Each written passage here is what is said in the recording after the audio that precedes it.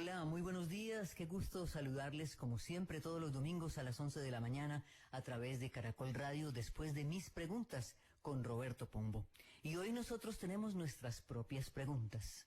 ¿Cómo irá la jornada escolar para los niños y niñas de Colombia? ¿Cómo irá especialmente la inclusión educativa si es que verdaderamente hemos avanzado o por el contrario hemos echado pasos atrás? Hoy vamos a explorar un poquito al respecto. Bienvenidos.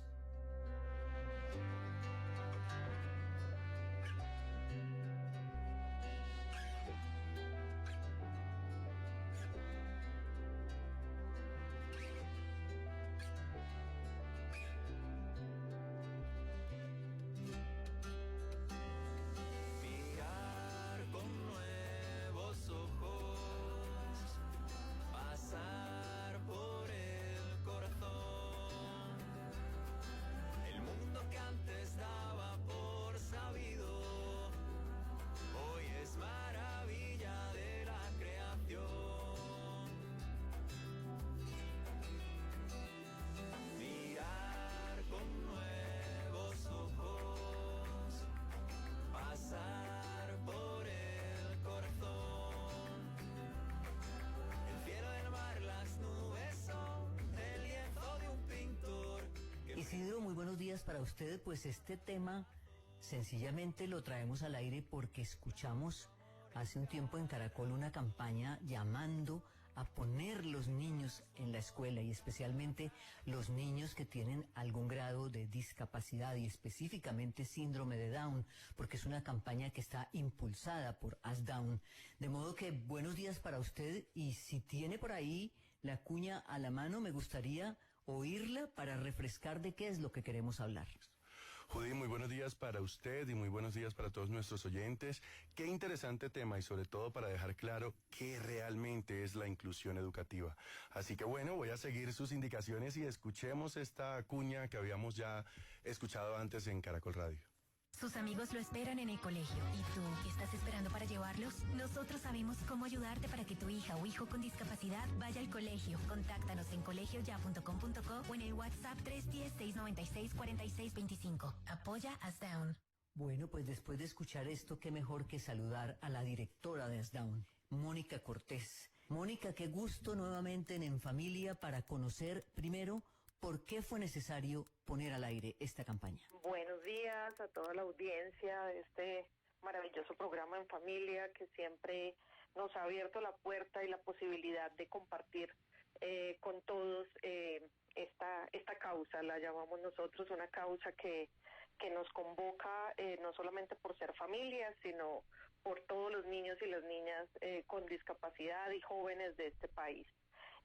Judith, pues nada, agradeciéndote siempre, y pues esta campaña que acaban de escuchar, Colegio Ya. Colegio Ya es una estrategia que decidimos construir y hacer debido al impacto que ha tenido la pandemia en el acceso que venían teniendo los niños con discapacidad a la educación.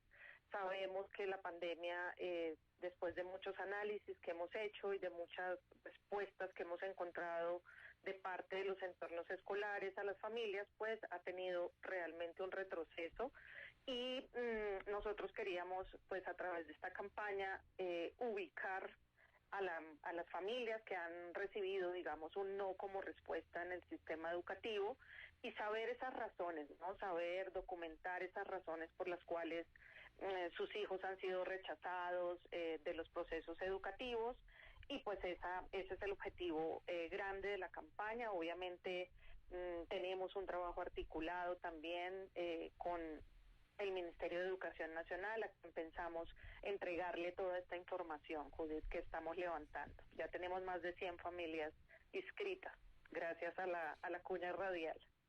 Qué maravilla que haya esa respuesta. Pues nos acaba de decir Mónica Cortés que les preocupa mucho esos casos en que la gente ha encontrado un no como respuesta cuando pide la inclusión de su hijo o hija en una institución educativa. De modo que, pues qué mejor que tener un caso de esos, una persona que le ha pasado esa situación, la está viviendo y que nos puede narrar su historia. Es Lady Tafur, administradora de empresas, emprendedora.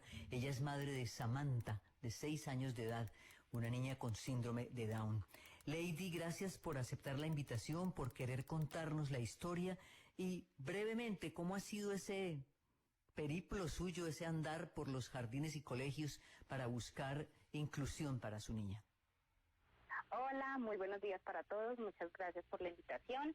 Efectivamente, como lo han dicho, nosotros llevamos a lo largo de la edad de Samantha ya varias oportunidades en las que llegamos a distintas instituciones, en el ámbito principalmente de lo privado, y no hemos logrado encontrar esa oportunidad de que Samantha sea escolarizada, por las distintas excusas de los lugares donde no tenemos cupos para personas con síndrome de Down, no estamos preparados, definitivamente es no, y bueno, esto ha sido a lo largo ya de prácticamente 3 años. La pandemia pues también nos afectó mucho y llegando a eso pues hemos tenido que tener educadora en casa y la mamá, además de ser la mamá, también ser la educadora de su hija con el fin de que no se quede sin esos apoyos, digámoslo así, pedagógicos que también son importantes para la vida de cualquier ser humano. Lady, tenemos entendido que hubo una experiencia, no sé si muy breve, en algún jardín infantil. ¿Cómo fue esa experiencia? ¿Cuánto tiempo duró y qué les dejó? Samantha estuvo en un jardín el año pasado, donde sí logramos ingresar, pero pues lamentablemente no tuvo el apoyo necesario por parte de la institución, donde pues no quisieron ser equipo junto a la familia. Nosotros dimos todo de nosotros con el fin de darles todas las herramientas y las posibilidades. Y en esta oportunidad pues nos quedó que mientras el ser humano o la sociedad, los jardines, las instituciones vean la discapacidad por encima del ser humano, es muy difícil cambiar la mirada. Claro, ustedes en estas oportunidades le han hecho ver a esas instituciones educativas, a sus directivos, que no es un favor que están haciendo, sino que es una obligación de acuerdo con las disposiciones legales de la educación inclusiva. Sí, señora.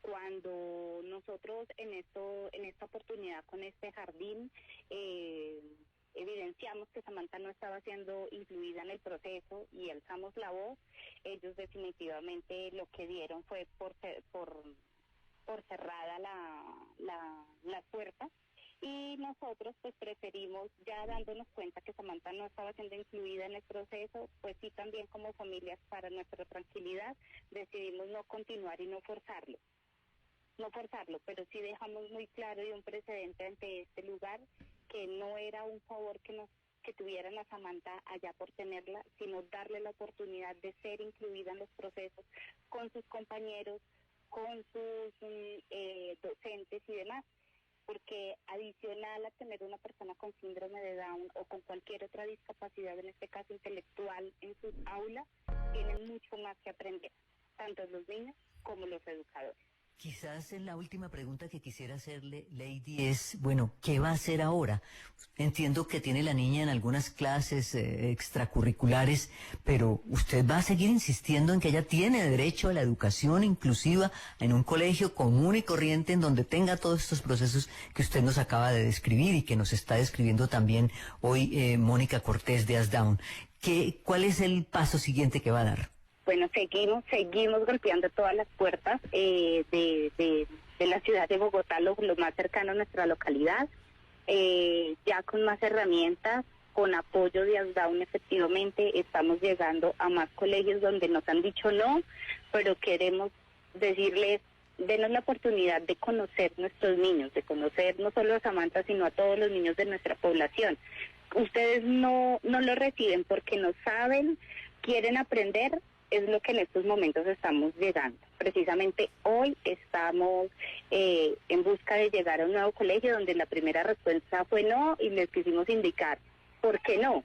Díganos el por qué, y en este caso ellos nos dijeron porque no sabemos. Entonces nosotros queremos ser equipo para que todos aprendamos.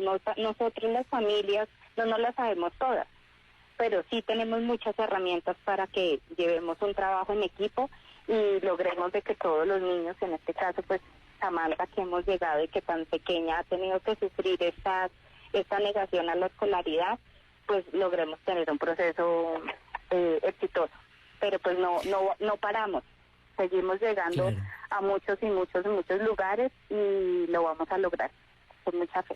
Seguramente, Lady, pues muchas gracias, muchos éxitos y nos cuenta cuando tenga esa respuesta positiva y cuando la situación para Samantha haya cambiado.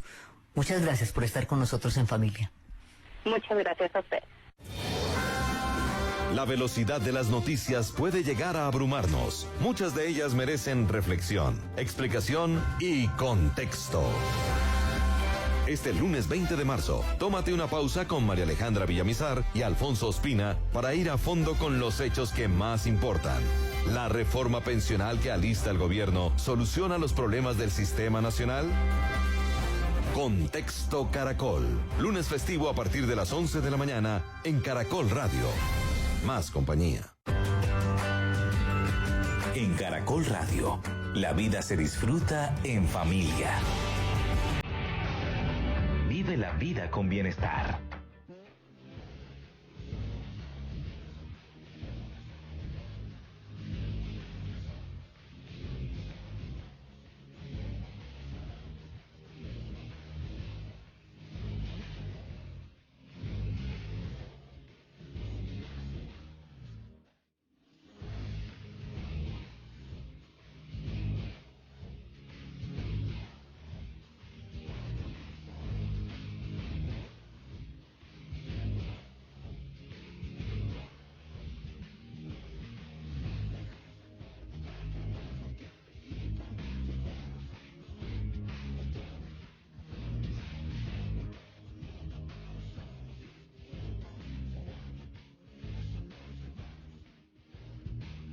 Agradecemos a Mónica Cortés, la directora de ASDAUN, que ha permanecido con nosotros y se va a quedar hasta el final del programa, hoy cuando estamos hablando de educación inclusiva y sobre todo de cómo va esa inclusión educativa en nuestro país. Entre otras cosas porque hasta donde tengo entendido, Mónica, no solamente estamos hablando de los niños con alguna capacidad diferenciada o necesidad especial en la educación, sino en general. Parece que algunas familias se quedaron con esto de estar en la conexión remota, tener los niños en casa, conectados a clases virtuales y como no querer regresar a la presencialidad con todo lo que ello implica en términos de relación.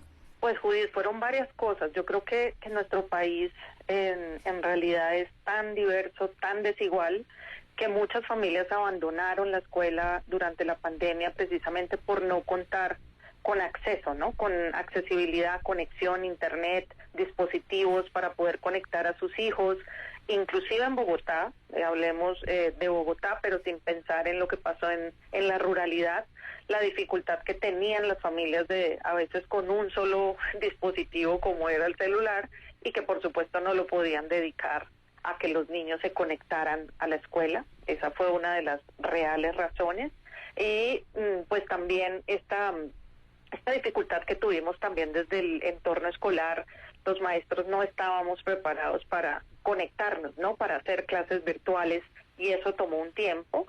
Y mientras ese tiempo se tomó, pues también les costó generar medidas de accesibilidad, ¿no? Entonces, poner el intérprete de lengua de señas, contar con accesibilidad para personas ciegas, luego pues tener ajustes y apoyos para que el niño con discapacidad intelectual pudiera participar de las actividades que se realizaban virtualmente. Pues fueron muchas cosas que se juntaron, digamos, y que pues dejaron o decidieron muchos o abandonar. Tú sabes también el impacto que tuvo el que las niñas se quedaran en las casas, ¿no? Sobre todo el tema de género, el que las niñas se quedaran en la casa haciendo oficio, entonces mejor venga ayuda a cocinar y no se conecte, ¿no? Y digamos que ahí pues hubo muchos temas también relacionados con esa deserción por temas de trabajo, de que ya no había pues había una mano de obra más en casa que había que poner a trabajar, y eso lo hemos escuchado mucho en los territorios, ¿no? Entonces ya los niños se nos crecieron 2 años más, 3 años más, y ya era muy difícil, digamos, retornar y volver a vincular. Eso, digamos, por el lado de las familias que tenían menos posibilidades económicas para hacer todo esto de la conexión. Y las otras familias que tenían, digamos, algunos recursos, pues también muchas observando, porque yo también cuando hablo con los maestros siento que fue como que nos metimos dentro del aula, ¿no? Algo que no hacíamos cuando nuestra escuela siempre ha sido vivencial, y a veces nos cierra la puerta de la familia a ingresar al entorno escolar. Creo que esa cuestión debe cambiar y mucho en términos de la alianza familia-escuela, pero en este tiempo de pandemia las familias pudieron entrar dentro del aula, ver a la maestra cómo la clase, en fin, y ahí también muchas familias tomaron decisiones alrededor de si valía la pena o no tener a sus hijos en un proceso educativo. Uno les escucha a muchas familias decir, es que pues para eso que hace la maestra yo lo puedo hacer, ¿no? Entonces también hubo unas concepciones alrededor de lo que veían dentro del aula. Pues escuchándola hablar, Mónica, uno empieza a preguntarse lo de la inclusión, porque no es simplemente que me reciban al niño en el colegio, o sea, recíbamelo, mire a ver qué hace con él, pero recíbamelo. Y creo que esa es una de las inquietudes, Isidro, que tú tenías cuando empezamos a planear este programa. Sí, Judith, porque realmente es como definir qué es inclusión. Cada vez que hablamos con colegios, no quiero decir que nos dan un significado diferente, ni muchísimo menos, pero entendemos que son procesos que se dan en los lugares, en los planteles educativos de diferentes maneras. Entonces es como aclarar qué realmente es inclusión, cuándo estamos incluyendo a un niño educativamente, y de alguna manera sí se deben hacer grandes cambios en los planteles para que esta inclusión sea una realidad en todos los colegios de Colombia. El decreto 1421 del 2017 fijó unos principios, digamos, estructurales que deberían guiar un sistema educativo que hace inclusión o que se dedica pues a atender la diversidad de todos sus niños, niñas y jóvenes. Y los 4 principios que define el decreto yo creo que son muy profundos y ameritan pues un análisis también exhaustivo de los que dicen hacer procesos de inclusión, ¿no? Y el primer principio pues es contar con la presencia del niño en la escuela, ¿cierto? Ese es el primero, la presencia, acceder sin barreras al ámbito educativo, que no me pongan condiciones como que traiga el examen de coeficiente intelectual, por ejemplo, o que vaya y haga una cita con el neurólogo para ver si usted puede estar en la escuela. Creo que esas cuestiones ya han sido debatidas y hay un acceso sin barreras a la educación, y esa es la presencia del niño. El segundo principio tiene que ver con la participación, o sea, no es solamente que el niño esté dentro de la escuela, sino que tenemos que activar una serie de procesos que garanticen su participación, ¿cierto? Ahí hablamos de flexibilización curricular, de todo lo que tenemos que ajustar desde esa valoración pedagógica, que no es lo mismo que valoración médica o terapéutica, sino que es esa observación y ese análisis de conocer a ese niño dentro del ámbito escolar, quién es, qué le gusta, cuáles son sus habilidades, cuáles son sus fortalezas, cómo lo puedo, digamos, traer de la mejor manera a la participación en las diferentes actividades del aula, y esa participación pues es lo que nos garantiza un buen proceso dentro del ámbito escolar. Esa participación, luego viene otro principio que es el progreso, o sea que yo tengo que ver que el niño va dando pasos en su progreso, en su conocimiento individual, no en comparación con los demás niños, sino dentro de su propio proceso, ¿cierto? Entonces ese progreso lo vamos viendo en la medida que el niño en su grado primero pues aprendió, voy a poner un ejemplo, conjuntos, aprendió a agrupar, porque ustedes saben que los currículos nuestros durante todos los años de primero a 11 ven conjuntos, por ejemplo. Entonces yo tengo que ir llevando a cada uno de mis estudiantes dentro de ese proceso, ¿cierto? Y verlo progresar, verlo que ya reconoce que el agrupar cosas en determinadas cosas en grupos iguales, pues es un conjunto. No sé, irlo viendo crecer, ¿no? No es que haga lo mismo, exactamente lo mismo que los demás niños, pero yo lo puedo ir llevando dentro de su proceso de una manera progresiva. Por eso hablamos de progreso, ver el progreso del niño. Y el último principio del que habla el decreto es la promoción. Y esa promoción es, claro, si yo hago las actividades de la mejor manera, ajustadas, flexibles, de acuerdo a las características del niño, pues él va a ser exitoso y va a progresar y va a tener que ser promocionado de un curso al otro. Esa promoción es reconocida porque reconoce Colombia el currículo flexible y podemos ir llevando y reconociendo sobre todo los logros que cada niño dentro de sus procesos vaya teniendo, sin compararlo, sin pretender, y esto también va para las familias, sin pretender que haga exactamente lo mismo que los demás niños, sino cómo lo llevamos dentro de ese crecimiento individual a que sea un proceso exitoso, que ese niño logre cosas y que no siempre estemos diciendo no hace, no logra, porque eso es lo que determina también la deserción escolar, ¿no? Esos son los 4 elementos que debería tener un proceso educativo inclusivo. Pues Isidro, yo creo que vale la pena conocer una experiencia concreta, real, de un colegio que esté trabajando de manera muy seria en esto de la inclusión educativa. ¿Quién es nuestra invitada? Judith, le cuento que nuestra próxima invitada es Ana Isabel Piedradita. Ella es licenciada en informática, con estudios de maestría en dirección y gestión de instituciones educativas, y es la rectora en el colegio Ontanares. Pero cuando yo le pregunté que cómo quería ser presentada, me dijo que una apasionada por la singularidad. Y de ahí yo quiero empezar esta entrevista. Profesora Ana Isabel, muchísimas gracias por estar con nosotros en Familia. Ay, muchas gracias, buenos días. ¿De dónde viene ese amor por la singularidad, profe? Bueno, creo que de empezar a reconocerme, primero, de ser mamá también, de 3 hijos, y de empezar a entender que cada cerebro piensa distinto. Se siente distinto, conoce distinto, y por supuesto eso para mí fue súper detonador. Claro, profesora. Además, porque tenemos siempre la tendencia a decir, ¿es que el niño es normal o no es normal? Hace poco hicimos un programa sobre trastorno del espectro autista y la médica que nos acompañó en aquella oportunidad nos decía que todos los cerebros son diferentes, como usted bien lo expresa. ¿Para qué le ha servido al colegio Ontanares que usted dirige esa concepción suya de la singularidad? Nos ha servido para que cada niño pueda ser la mejor versión de sí mismo y que cada familia entienda que al final no es el niño, es la familia completa. De que los maestros también se reconozcan en el potencial que hay en ellos, pero también en el potencial que hay en cada niño, ¿sí? Porque el maestro no es lo que enseña, sino lo que es. Y cuando yo entiendo en ese niño que la película o la acción que acabo de pasar en una actividad de experiencia es distinta entendida desde cada cerebro, pues nos mueve, porque no importa si tú tienes Down, si tienes autismo, si tienes o no tienes nada, desde ahí, pero es entender dónde está el potencial de ese niño, dónde está su máxima expresión para hacer lo que él es. Sí, para reconocerlo desde sus fortalezas y no desde lo que le falta, porque somos una cultura que se para siempre desde el déficit, ¿sí? Y no desde lo propio para reconocerse y florecer.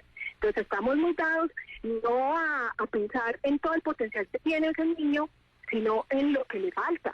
Y yo creo que ahí tenemos que hacer un cambio, y ese es el ejercicio que hace Ontanares, y es pararse desde la fortaleza de ese niño para sacar su mejor versión. Profe, ¿cómo lo hacen ustedes en el colegio? ¿Cómo resaltan esta singularidad o cómo es esta malla curricular para entender que cada persona tiene, digamos, un pensum diferente?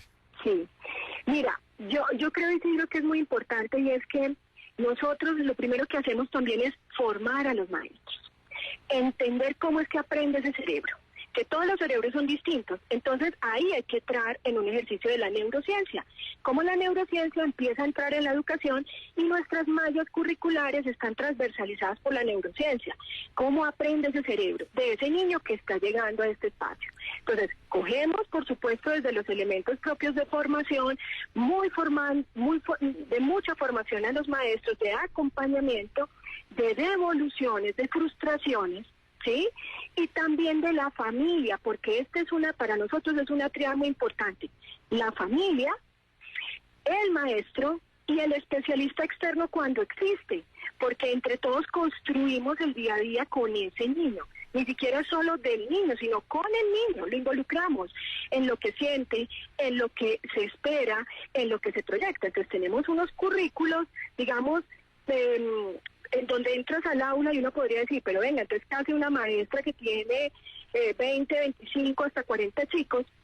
Y lo que nosotros hacemos realmente es entender lo que ese niño necesita, dónde está su potencial, tomar los elementos que un currículo nacional hoy nos plantea, pero también escuchar con todos los sentidos dónde está, desde la neurociencia, ese potencial de ese niño, ¿sí? ¿Cómo está aprendiendo? ¿Qué está pasando en su sistema? ¿Qué está pasando en su desarrollo en ese momento? Entonces, ¿qué necesitamos fortalecer? Necesitamos más psicomotricidad, listo. Entonces, lo que vamos a desarrollar más con este chico es desde aquí. No, su potencial está artístico. Entonces, va a tener un mayor énfasis desde acá. Y no nos puede dar miedo a los maestros a hacer esa transversalidad y trasladar un chico de un lado al otro para que pueda desarrollar mejor su potencial. Y eso es lo que hacemos. Trasladamos los chicos de un espacio al otro, con este maestro, con mayores intenciones. Y entonces ponemos también en contexto a la familia, que es muy, muy importante. Sí. Profesora, quiero también narrarle algo que yo he visto en las aulas. Cuando hay un maestro que tiene, no sé, 15, 20 niños en un salón y tiene 2 o 3 chicos con capacidades diferenciadas en su aprendizaje.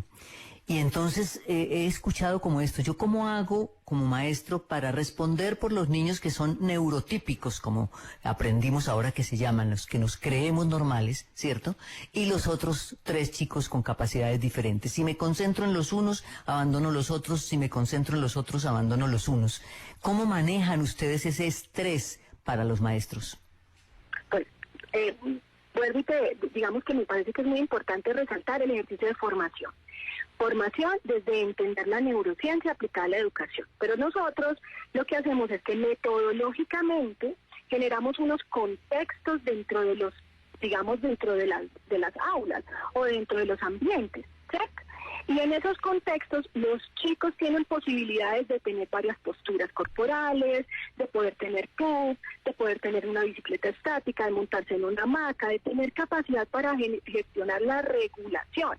Y adicional, la atención, la memoria, la posibilidad de motivación. Entonces, ¿qué hacemos? Espacios de rotación. Entonces, los chicos están en ambientes que les permite, además de entre ellos, acompañarse, regularse y motivarse. Porque también hay que empoderar a los chicos entre sus pares, ¿cierto? Entonces, el problema, por ejemplo, la tara es del adulto. ¿Qué voy a hacer? Pero cuando uno mira y empodera a un estudiante con otro, es el mejor aprendizaje, porque viene de un par, ¿sí? Y el maestro se vuelve ese mediador, ese acompañante de esa estrategia, ¿sí?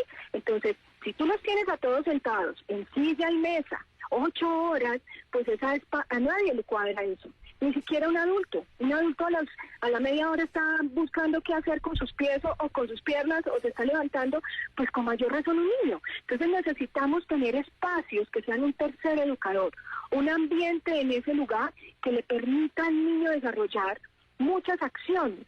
Y entonces, cuando hablamos de esa diferencia neuronal, pues es que las tenemos todos. Todos somos especiales, todos somos diversos, todos somos singulares. En esa singularidad entra el maestro y didácticamente busca estrategias que le permiten la interacción con todos, ¿sí? Pero tiene que tener un tercer educador, que es el ambiente distinto, tiene que ser provocador, tiene que permitir efectivamente que se puedan dar posibilidades entre sus pares y él, en medio de esos espacios, esos rincones o esos atelieres o esas posibilidades de provocación, va a observar realmente qué necesita ese niño. Es Ana Isabel Piedrahíta, directora del Colegio Ontanares en la ciudad de Medellín, licenciada en informática, quien nos ha acompañado hoy en familia y a quien agradecemos muchísimo haber compartido con nosotros la esencia de la metodología de la singularidad que ellos ponen en práctica. Feliz día, profesora, muchas gracias. Muchas gracias, Judith, por esta invitación y bueno, feliz día también para ustedes. Servientrega, Mundo de Soluciones, presenta la hora en Caracol Radio. 11 de la mañana, 39 minutos. Hace 40 años, nos propusimos mostrarle al mundo la grandeza de los colombianos. Servientrega en Panamá me ha ayudado a crecer como emprendedora. Felicitaciones, se lo merece.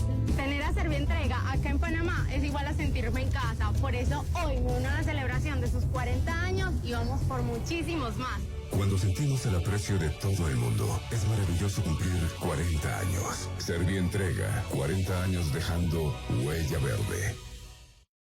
Los deportes en Caracol Radio.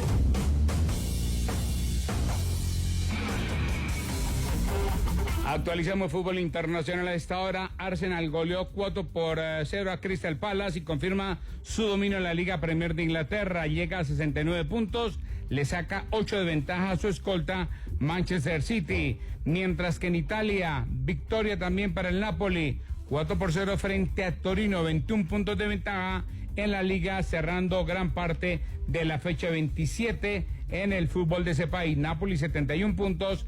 El Inter le escolta en la clasificación y jugará esta tarde frente a la Juventus. En Grecia, primera jornada de los playoffs a esta hora, minuto 50. Olympiacos está superando 0-2 a Volos. En el fútbol de ese país, el colombiano James Rodríguez está en el terreno de juego, asistió el segundo tanto de su equipo. Hablamos del fútbol femenino en Colombia. José Alberto Ortiz.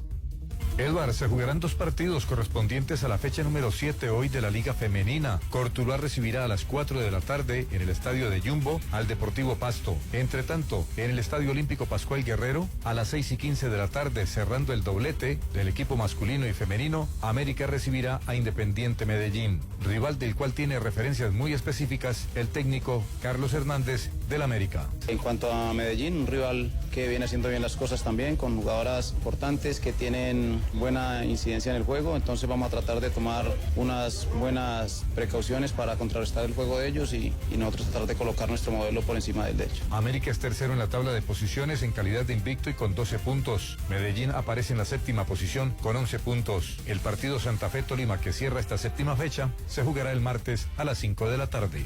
Segunda válida de la Fórmula 1, Juan Camilo Ortiz. Así es, Eduard, a partir de las 12 del día se apagarán los semáforos en el Gran Premio de Arabia en la Fórmula 1 e iniciará la carrera que arrancará en primera posición el piloto mexicano Checo Pérez, quien logró la pole position en Jeddah por segundo año consecutivo. Segundo estará el bicampeón Fernando Alonso de la escudería Aston Martin. Fernando habló de lo que espera de esta carrera. Max saliendo el 15, seguramente llega al podio o nos adelante, ¿no? Va a luchar incluso por la victoria. Checo que no se duerma porque Max llega. Entonces, bueno, vamos a ver lo que se puede hacer. Creo que la lucha está más un poco en nuestros espejos retrovisores, con Ferrari, con Mercedes, con Alpine, y salimos los dos a Aston Martin en el top 5. Es tentador pensar en la victoria, lógicamente, pero creo que sin un problema mecánico o sin algo que suceda a los Red Bull no es factible. Detrás de los hispanohablantes partirán en tercera posición George Russell de Mercedes, cuarto Carlos Sainz de Ferrari, quinto Lance Stroll de Aston Martin y sexto Esteban Ocon de Alpine. Charles Leclerc de Ferrari partirá 12 por sanción y Max Verstappen de Red Bull empezará desde la casilla 15.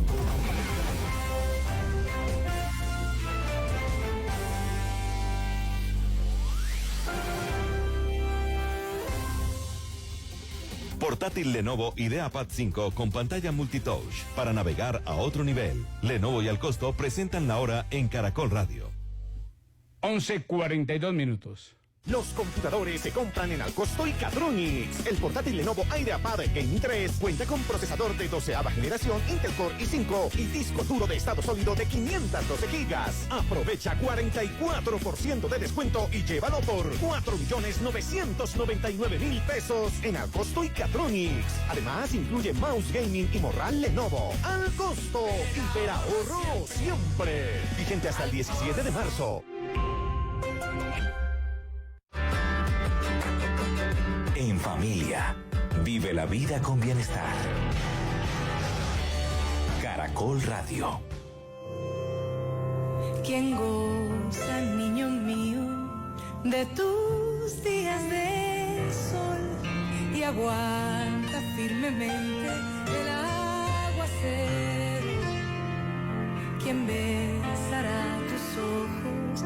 ¿Quién sanará el dolor de tantos pasos dados en silencio? Te doy una canción con alas, sabiendo de antemano que no sabe volar. Te entrego una canción por la fuerza de tu voz y las ganas que tengo de cantar. Te doy una canción alada, sabiendo de antemano que no puede volar.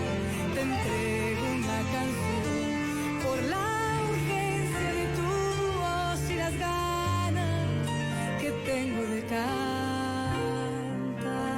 Continuamos en familia, hoy que estamos conversando sobre cómo vamos en materia de educación inclusiva y lo hacemos de la mano de Mónica Cortés, directora de ASDAUN. Voy a narrarle algo que yo conozco por experiencia directa, y es que el niño o niña con alguna condición diferenciada en su manera de aprender debe ir acompañado por un tutor. Es decir, que la propia familia tiene que poner un maestro de apoyo. Ese tema del maestro de apoyo, ¿cómo funciona? ¿Cómo está previsto en el decreto? Y sobre todo, ¿cómo está en la realidad? Porque qué cosas si en Colombia tenemos esa diferencia entre lo que está escrito en las leyes y lo que pasa cotidianamente en la sociedad. Así es, Judith. Estamos a veces muy distantes de lo que dice la norma. Pero sí, el decreto 1421 reconoce la figura del docente de apoyo. El docente de apoyo no es esa figura del tutor que hemos, digamos, importado, digo yo, la hemos importado de Estados Unidos, la figura del tutor sombra, y que pues por supuesto en el decreto 1421 y en varias asistencias técnicas que he podido escucharle al Ministerio de Educación se ha aclarado que no puede determinarse o establecerse que la familia tenga que pagar un costo adicional por esta figura de tutor. Muchas veces, digamos, en el análisis también que hemos hecho, el docente de apoyo, que es la figura que trae el decreto, fue después de muchos análisis y de entender que no era el docente de apoyo o el educador especial de otras épocas el que se encargaba en un aula aparte de los niños con discapacidad.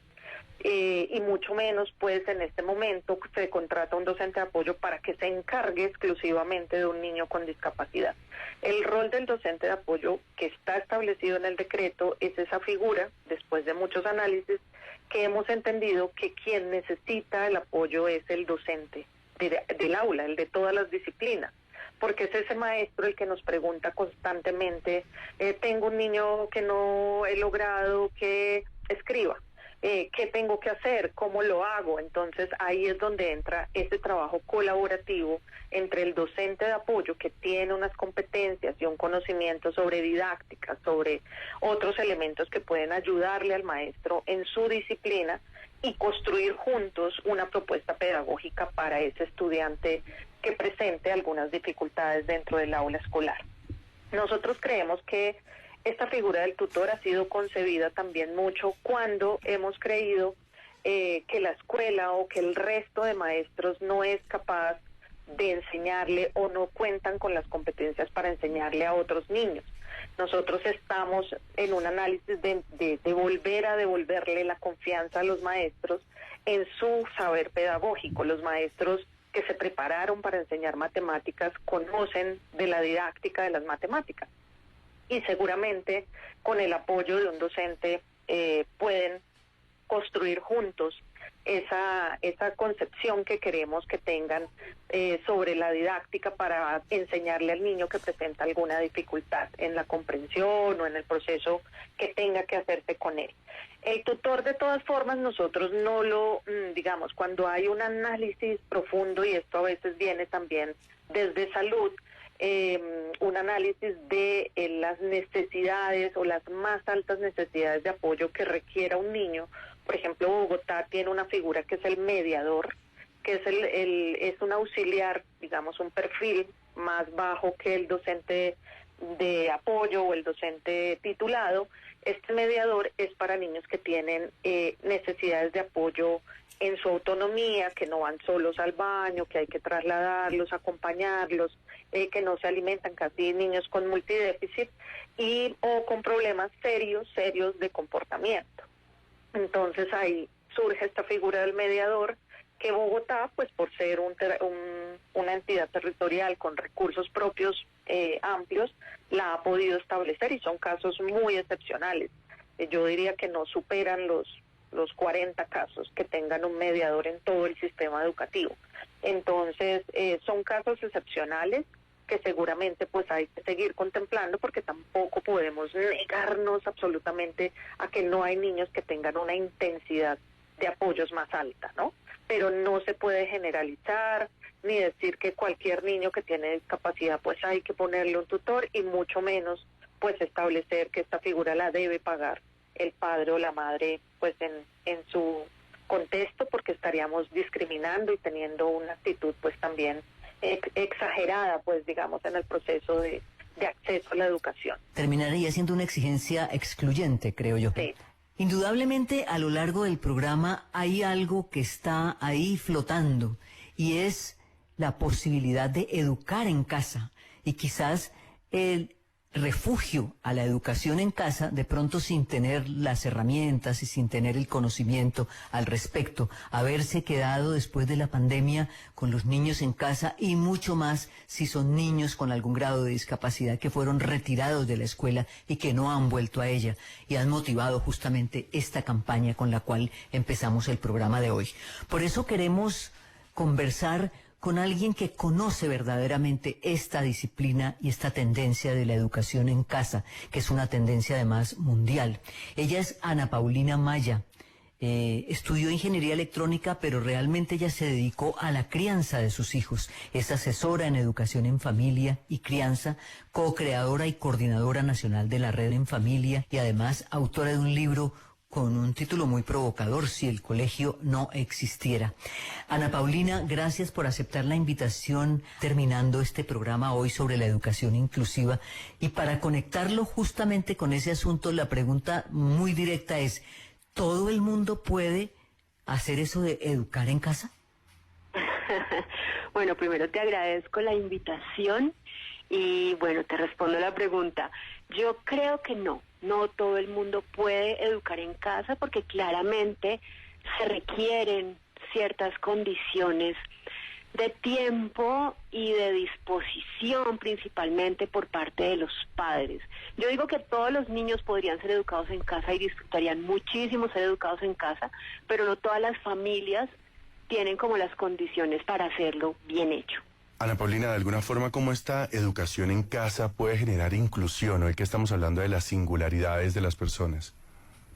Bueno, desde antes de pandemia, muchas familias que rodaban con sus hijos de colegio en colegio buscando justamente la inclusión, terminaban llegando a la educación en casa como una alternativa mucho más personalizada, y en ese sentido es una muy buena alternativa, porque este tipo de familias que tienen niños con necesidades especiales pues ya han transitado un camino de entender la situación de su hijo, de encontrar a los profesionales que los pueden apoyar por el método que sea, por medio de la EPS o buscando particulares, y ya están como rodeados de los expertos que les ayudan a acompañar al niño en su proceso y a suplir sus necesidades, pero al momento de encontrar la institución educativa en la que el niño pueda estar bien, no la consiguen. Entonces deciden educar en casa, pero ya en el contexto de haber hecho el recorrido de entender la situación y de estar rodeados por personas que los apoyan.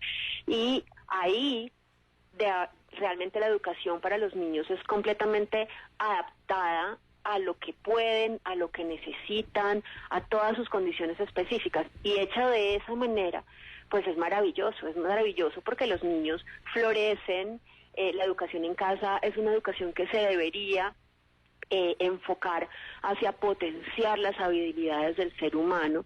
Todos somos buenos para unas cosas y no tan buenos para otras, y es esa diversidad la que nos enriquece, y el sistema escolar a veces no reconoce eso y quiere que todos seamos muy parejos, pero al ser educados en casa pues se permite enfocarnos en lo que cada persona sí puede y enseñarle en qué es bueno, qué cosas necesitas mejorar, cuáles son sus retos también. Pero si uno crece enfocándose en lo que es bueno, la verdad es otra educación completamente diferente. Sí, Ana Paulina, para educar en casa, cualquiera podría decir que lo único que necesito es que yo también esté en casa, que haya una madre o un padre o un cuidador en casa. Y creo que no es eso suficiente. ¿Qué es lo que se necesita realmente para que la educación en casa sea de calidad?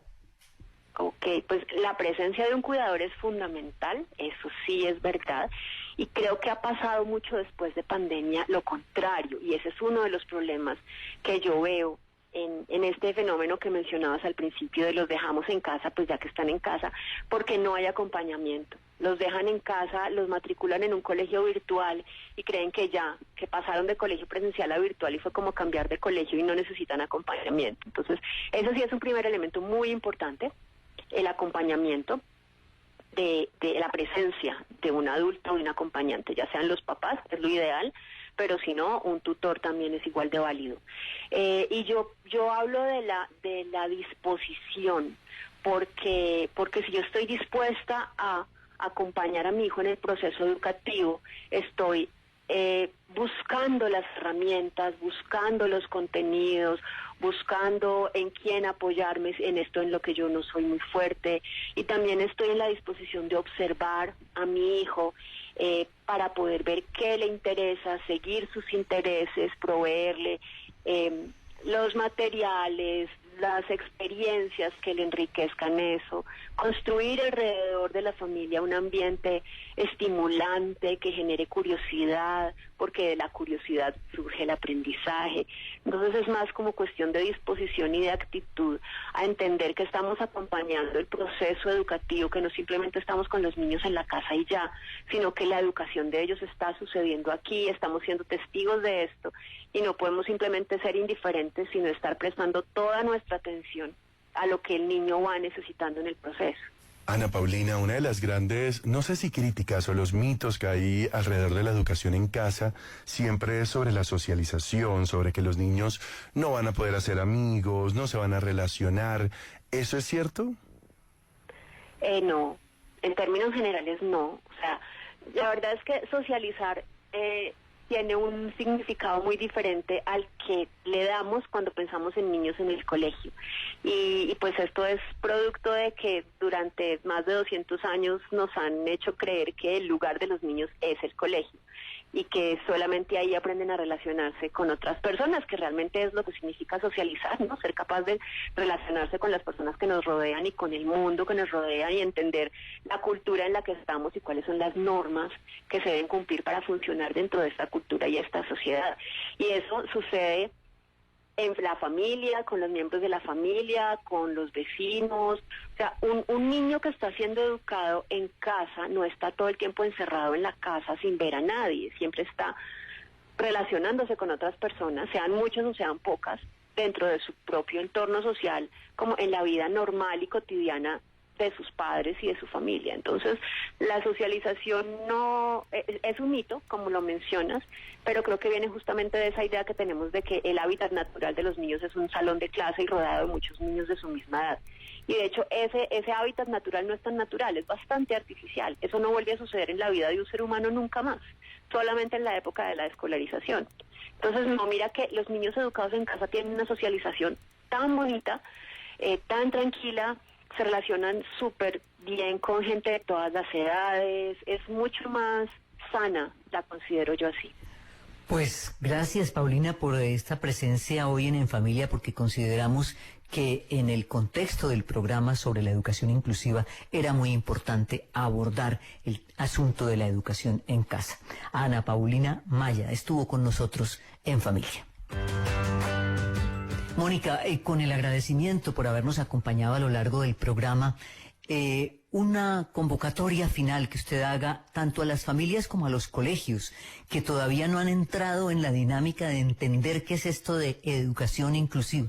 Pues Judith, yo le diría a todas las instituciones educativas, a todo el servicio educativo del país, tanto público como privado, que nos demos la oportunidad de conocer la normativa. Yo creo que a veces ni eso lo conocemos a profundidad, y que sobre todas las cosas demos la oportunidad a los niños y niñas de conocerlos, ¿no? A veces ni siquiera solo con que la mamá llegue y diga que el niño tiene alguna característica particular, ya le dicen aquí no hay cupo, ¿no? Yo creo que nos tenemos que dar la oportunidad de conocerlos, de hacer ese primer momento de valoración pedagógica, de establecer de alguna manera toda la información necesaria, que contactemos a quienes nos pueden dar la información. El Ministerio de Educación ha desarrollado múltiples documentos con información muy valiosa, que además pues también hay un centro de recursos que han construido el Ministerio de Educación y la Fundación Saldarriaga Concha,